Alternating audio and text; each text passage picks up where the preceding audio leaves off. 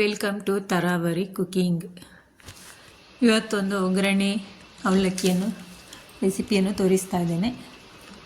ಒಂದು ಬಾಣಲೆ ಬಿಸಿಗಿಟ್ಟು ಅದಕ್ಕೆ ಒಂದು 4 ಚಮಚದಷ್ಟು ಎಣ್ಣೆಯನ್ನು ಹಾಕ್ಕೊಂಡಿದ್ದೇನೆ. ನಾನು ಅರ್ಧ kg ಪೇಪರ್ ಅವಲಕ್ಕಿಯನ್ನು ತಗೊಂಡಿರ್ತೇನೆ.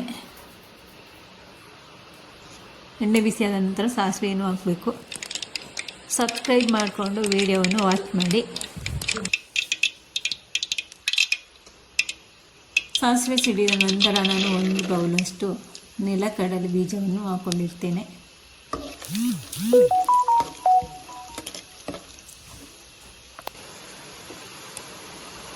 ಸ್ವಲ್ಪ ಬಣ್ಣ ಚೇಂಜ್ ಆದ ನಂತರ ಬೆಳ್ಳುಳ್ಳಿಯನ್ನು ಜಜ್ಜಿ ಹಾಕ್ಕೊಳ್ತಿದ್ದೇನೆ. ನೀವು ಬೆಳ್ಳುಳ್ಳಿ ಇಷ್ಟ ಇದ್ದರೆ ಹಾಕ್ಕೊಳ್ಳಿ, ಇಲ್ಲಾಂದರೆ ಸ್ಕಿಪ್ ಮಾಡ್ಬೋದು.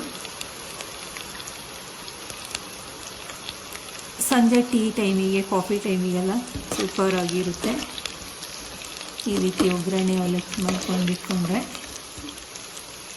ನೀವು ಮಾಡಿದ್ರೆ ಈ ರೀತಿ ಒಮ್ಮೆ ಮನೆಯಲ್ಲಿ ಟ್ರೈ ಮಾಡಿ.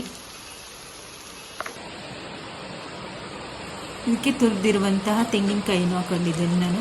ನೀವು ಕಟ್ ಮಾಡಿ ಸಮೇತ ಹಾಕ್ಕೊಳ್ಬೋದು.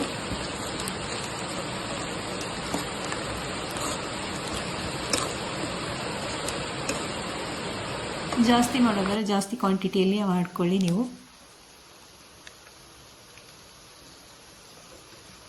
ಇದೆಲ್ಲವೂ ಸ್ವಲ್ಪ ಫ್ರೈ ಆಗಬೇಕು ಎಣ್ಣೆಯಲ್ಲೇ. ಕರಿಬೇವಿನ ಎಲೆಯನ್ನು ಹಾಕ್ಕೊಳ್ತಿದ್ದೇನೆ. ಸ್ವಲ್ಪ ಅರಿಶಿನ ಪೌಡರನ್ನು ಹಾಕ್ಕೊಳ್ತಿದ್ದೇನೆ.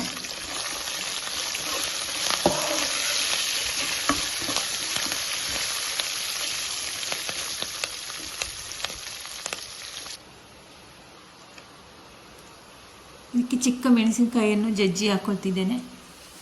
ನೀವು ಒಣಮೆಣಸಾದರೂ ಹಾಕ್ಕೊಳ್ಬೋದು, ಇಲ್ಲಾಂದರೆ ಮಾಮೂಲಿ ಹಸಿಮೆಣಸಿನಕಾಯಿ ಆದರೂ ಹಾಕ್ಕೊಬೋದು.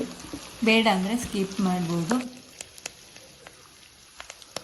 ರುಚಿಗೆ ತಕ್ಕಷ್ಟು ಉಪ್ಪನ್ನು ಸಹ ಹಾಕ್ಕೊಳ್ತಾ ಇದ್ದೇನೆ. ಎಲ್ಲವೂ ಬೇರೆ ಬೇರೆ ಫ್ರೈ ಮಾಡಬೇಕು ಬೇಕಾಗಿಲ್ಲ, ಒಂದೇ ಬಾಣಲೆಯಲ್ಲೇ ಮಾಡ್ಬೋದು.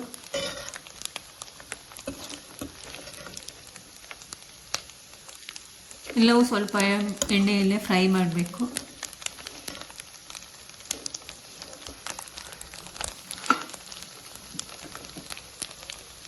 ನಾನು ಕ್ಲೀನ್ ಮಾಡಿರುವಂತಹ ಪೇಪರ್ ಅವಲಕ್ಕಿಯನ್ನು ಸಹ ಹಾಕ್ಕೊಳ್ತಾ ಇದ್ದೇನೆ.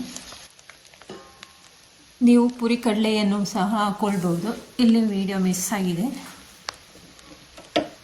ಬೇಕಾದರೆ ಸ್ವಲ್ಪ ಎಳ್ಳನ್ನು ಸಹ ಹಾಕ್ಕೊಳ್ಬೋದು.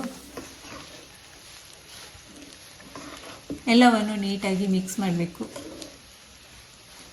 ಸ್ಟವ್ ಆಫ್ ಮಾಡಿ ನಿಧಾನಕ್ಕೆ ಮಿಕ್ಸ್ ಮಾಡ್ಕೊಳ್ಬೇಕು, ಇಲ್ಲ ಅಂದರೆ ಸೀದೋಗುತ್ತೆ.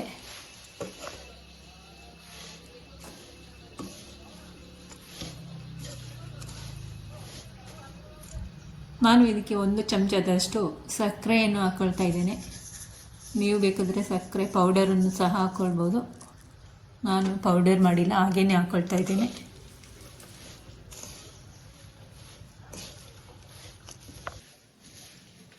ಫೈನಲಿ ಈ ರೀತಿ ರೆಡಿಯಾಗಿದೆ ನಮ್ಮದು ಒಗ್ಗರಣೆ ಅವಲಕ್ಕಿ. ಅವಲಕ್ಕಿ ಸ್ಮೂತ್ ಆದರೆ ಸ್ವಲ್ಪ ಬಿಸಿ ಮಾಡಿ ತಗೊಳ್ಳಿ. ನಾನು ತಗೊಂಡಿರುವಂಥದ್ದು ಗಟ್ಟಿಯಾಗಿದೆ, ಗರಿ ಗರಿಯಾಗಿದೆ. ಎಲ್ಲವೂ ಈ ರೀತಿಯಾಗಿದೆ ನೋಡಿ finally. Thank you for watching. ಎಲ್ಲರಿಗೂ ಬಾಯ್.